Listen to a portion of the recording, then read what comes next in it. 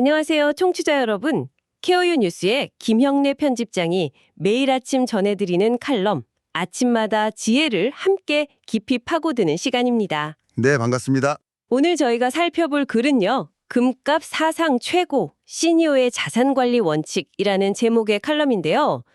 사실 금값이 올랐다. 이건 그냥 표면적인 현상이고, 오늘 저희의 진짜 목표는 이걸 계기로 은퇴 후 자산 관리에 대한 생각을 한번 근본적으로 점검해 보는 겁니다. 맞습니다. 단순히 뭘 살까가 아니라 어떻게 생각하고 준비해야 하나, 이 질문에 대한 답을 찾아보려고 합니다. 네, 오늘 이 주제가 정말 중요한 게 이게 단순히 돈 관리 기술에 대한 조언이 아니거든요. 불확실성이 커질 때 우리 마음이 어떻게 움직이는지, 그 파도에 휩쓸리지 않고 어떻게 중심을 잡을 수 있는지에 대한 통찰을 담고 있습니다.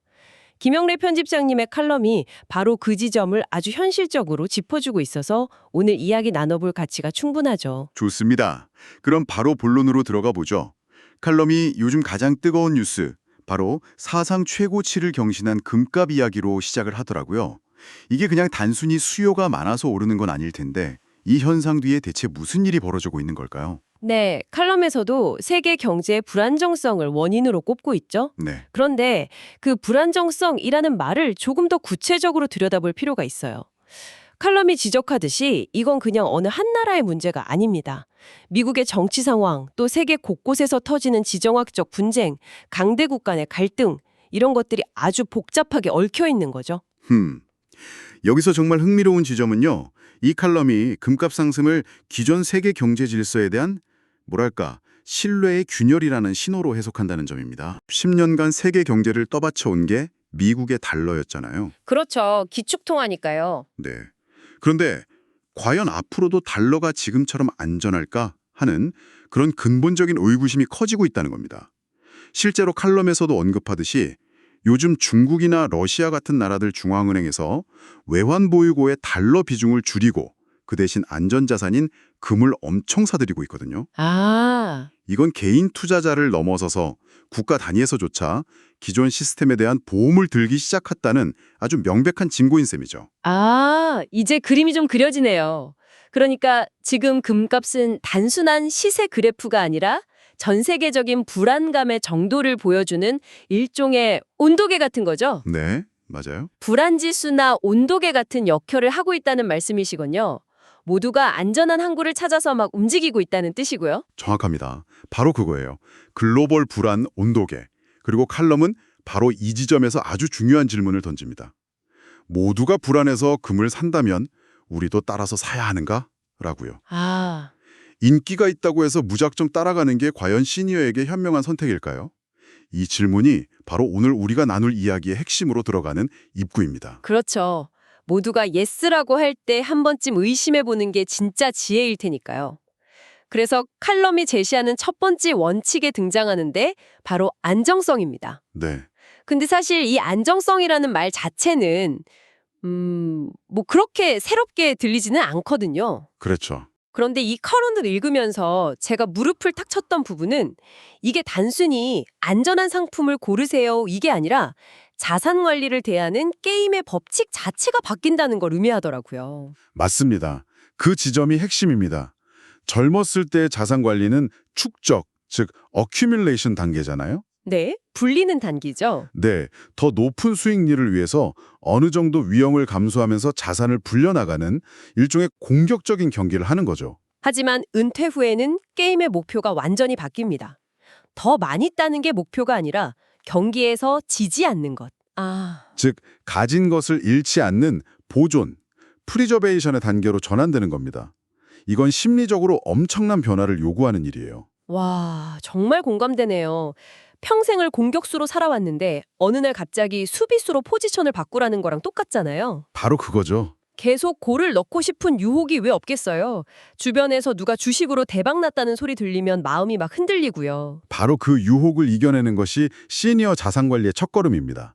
그래서 칼럼은 구체적인 방법으로 예금, 적금, 그리고 정부가 망하지 않는 한 떼일 염려가 없는 국채 같은 상품들을 포트폴리오의 주춧돌로 삼으라고 조언하죠. 주춧돌이요? 네, 시장에 어떤 태풍이 불어와도 집의 근간은 흔들리지 않도록 단단한 기초를 다지는 작업입니다. 수익률이 조금 낮아서 답답해 보일 수는 있지만 진짜 위기의 순간에 나를 지켜주는 건 바로 그 단단한 주춧돌이거든요. 단단한 주춧돌. 아주 좋은 비유네요. 그럼 그 주춧돌 위에 집을 지어야 할 텐데 기둥 하나만 세우면 또 불안하겠죠. 아마 여기서 두 번째 원칙이 자연스럽게 연결될 것 같습니다. 네, 그렇습니다. 투자의 가장 오래된 격언이죠. 계란을 한 바구니에 담지 말라. 네. 우리 모두 이 말을 알고 있습니다. 하지만 이 칼럼이 강조하는 건 시니어의 분선 투자는 젊은 시절의 분산 투자와는 그 결이 좀 달라야 한다는 점이에요. 결이 다르다는 건 어떤 의미인가요? 예를 들어서 나는 삼성전자, 하이닉스, 네이버 주식을 골고루 샀으니까 분산 투자를 했다 이렇게 생각하는 것과는 다른 차원의 이야기인가요? 바로 그겁니다. 그건 그냥 주식이라는 한 바구니 안에 여러 종류의 계란을 담은 것에 불과할 수 있어요. 아, 주식시장이 전체적으로 무너지면 모든 계란이 함께 깨질 위험이 있잖아요. 칼럼에서 말하는 진짜 분산 투자는 성격이 완전히 다른 자산군, 그러니까 주식, 채권, 부동산, 예금, 그리고 금 같은 원자재, 여기에 팀을 짜서 나누어 투자하는 겁니다. 팀을 짠다. 네. 주식시장이 안 좋을 때 오히려 가치가 오르는 채권처럼 서로의 단점을 보완해 줄 수 있는 자산들을 잘 섞는 거죠. 아하, 마치 축구팀을 구성하는 것 같네요. 골을 넣는 공격수, 그러니까 주식도 필요하지만 상대 공격을 막아내는 수비수, 채권이라든지 또 어떤 상황에서도 골문을 지키는 골키퍼, 예금 같은 게 함께 있어야 팀 전체가 안정적으로 운영되는 것처럼요. 아주 완벽한 비유입니다. 금값이 오른다고 해서 팀 전체를 공격수로만 채우는 건 정말 자살행위나 다름없겠군요. 그렇죠. 그리고 그 팀의 전략을 짜고 어떤 선수를 언제 투입할지 결정하는 감독의 역할이 필요하겠죠. 네, 감독. 그 감독이 바로 자기 자신이 될 수도 있고 혹은 필요하다면 도움을 받을 수 있는 재무 전문가가 되는 겁니다. 중요한 건 남들이 좋다는 선수를 무작정 따라 사는 게 아니라 우리 팀의 목표, 즉 안정적인 보존이라는 목표에 맞는 선수들로 나만의 팀을 구성하고 꾸준히 관리하는 것이죠. 좋습니다. 이렇게 안정적인 기초를 다지고 위험을 분산하는 팀까지 꾸렸습니다. 기술적인 준비는 어느 정도 된 것 같은데요. 하지만 진짜 문제는 여기서부터 시작될 수도 있을 것 같아요. 마음의 문제죠. 네. 매일같이 쏟아지는 뉴스 헤드라인들이 우리를 가만두지 않잖아요. 폭락 임박, 지금이 마지막 기회 같은 자극적인 말들이요. 이런 소음 속에서 평정심을 유지하는 게 가능할까요? 정말 어려운 문제죠. 그래서 칼럼이 제시하는 세 번째 원칙이 바로 심리관리입니다. 즉, 단기적인 시장의 소매에 흔들리지 말고 냉정하고 긴 호흡을 유지하라는 건데요. 말은 쉽지만 실천은 어렵잖아요. 맞아요. 그럼 칼럼은 그 실천을 위해서 무엇을 제시할까요? 바로 계획의 힘을 믿으라는 겁니다. 계획의 힘이요? 네. 우리가 폭풍우 속에서 배를 운전한다고 한번 상상해 보세요. 만약 목적지가 어딘지, 어떤 항로로 가야 할지 명확한 항해 계획이 없다면 눈앞에 몰아치는 파도 하나하나에 공포를 느끼고 방향을 잃게 될 겁니다. 그렇죠. 하지만 명확한 계획과 지도가 있다면 지금 파도가 거칠더라도 이건 잠시 지나가는 과정일 뿐 내 목적지는 저기야 라는 확신을 가질 수 있죠. 자산 관리로 똑같습니다. 장기적인 계획이 있는 사람은 단기적인 시장의 등락에 일희일비사면서 패닉에 빠져서 팔거나 탐욕에 휩싸여 무리한 추격 매수를 하지 않을 수 있는 거죠. 노후 준비해야지? 이게 아니라 내가 은퇴 후에 한 달에 얼마가 필요한지, 병원비는 얼마나 들지, 자녀 결혼이나 예기치 못한 지출은 어떻게 대비할지 이런 구체적인 숫자로 구려보는 것. 그게 바로 나의 항해 지도가 되는 셈이네요. 맞습니다. 그 지도가 있어야 내게 필요한 총 노후 자금이 얼마인지, 그 목표를 달성하기 위해 지금 어떤 금융상품을 활용해야 하는지 역으로 계산해 나갈 수가 있어요. 그래서 칼럼은 국민연금, 퇴직연금, 개인연금이라는 이 3층 연금 제도를 최대한 활용해서 은퇴 후에도 월급처럼 매달 꾸준히 들어오는 현금 흐름을 만드는 게 무엇보다 중요하다고 강조합니다. 아, 안정적인 현금 흐름. 네, 이 연금 월급이야말로 앞서 말한 안정적인 포트폴리오의 가장 튼튼한 기반이 되어주기 때문이죠. 그리고 칼럼은 정말 중요한 사실을 하나 덧붙이면서 끝을 맺습니다.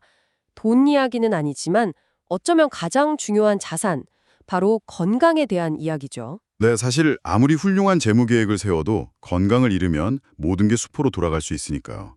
건강을 지키는 것이야말로 최고의 노후 대비고 또 가장 수익률 높은 투자라는 우리가 너무 당연하게 생각해서 오히려 잊기 쉬운 진실을 다시 한번 일깨워주는 거죠. 자, 오늘 나눈 이야기들을 한번 정리해보죠.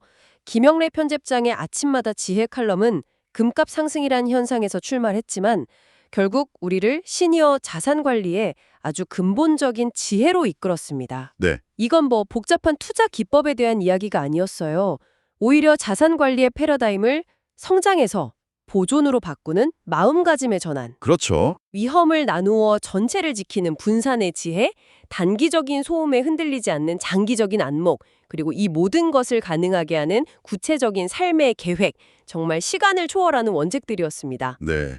이 모든 원칙을 관통하는 하나의 키워드를 꼽자면 저는 바로 통제라고 생각합니다. 통제요? 네.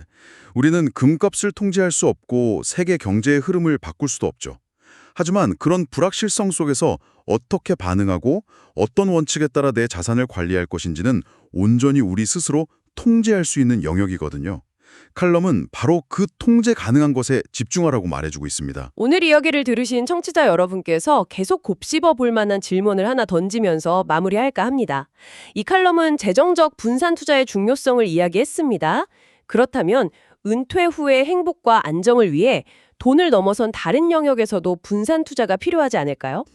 예를 들어 돈만 많은 외로운 노후가 아니라 돈독한 인간관계, 삶의 활력이 되는 취미, 그리고 꾸준히 관리하는 건강 같은 요소들로 구성된 인생 포트폴리오를 짜보는 겁니다.